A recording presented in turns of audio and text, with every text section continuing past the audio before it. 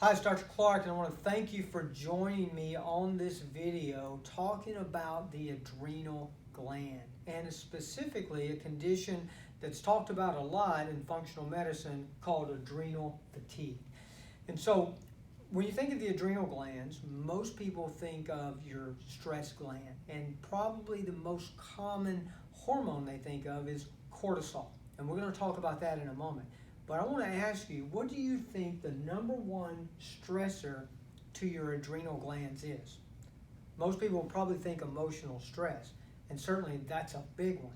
But I'm going to tell you there's something much bigger than that, and that is dysglycemia or irregular blood sugar.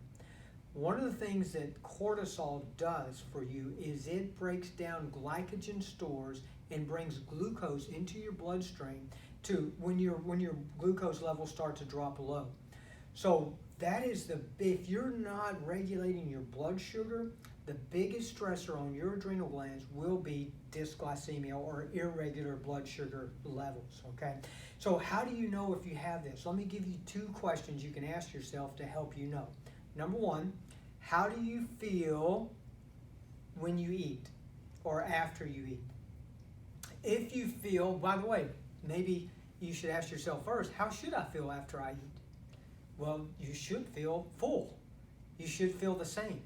If you feel more energy after you eat, you've got a blood sugar problem called reactive hypoglycemia. And your blood sugar was too low before you ate, and then it came up and you felt better.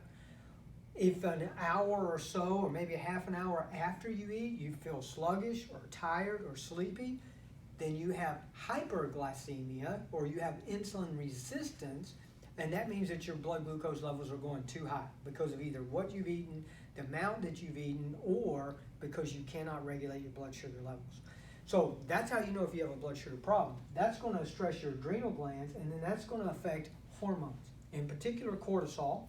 And cortisol, by the way, is famous for putting fat on between your hips and your chest. So it will cause you to store fat and to store energy. But it also can affect other hormones, things like your testosterone, your progesterone, your estrogen levels as well. So what about some answers? How do we know? Because I've got people that come in and see me that they've been on adrenal support because they've been told they have adrenal fatigue for years and they don't feel any better. Well, here's why. Two things can be happening with your adrenal glands. Number one, you can have an increased cortisol level or a decreased cortisol level.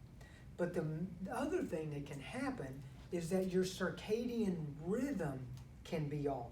And those are two separate problems.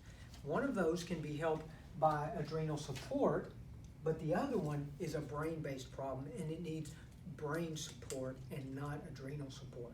So how do you know? The way you know is by running a saliva hormone test. And you check your cortisol levels 4 different times during the day. And that tells you if you have an increase in cortisol, decrease in cortisol, or if you have a rhythm problem. Then it can be treated appropriately. And there's a lot of different nutritional support that we can do to help you. But I'm going to tell you, if you don't regulate your blood sugar, and number two, if you don't get proper sleep, you will never be able to heal your adrenal glands. So those two things have to be priority. Then you can start working on nutritional support. So I hope this helps you understand what may be going on, why you don't have the energy you used to have, why you're having trouble maintaining your weight, why you're putting weight on, maybe why you're not sleeping good, you're waking up in the middle of the night and you don't know why. This can help you figure it out. If I can help you, let me know. Contact my office. Until next time, God bless and live life well.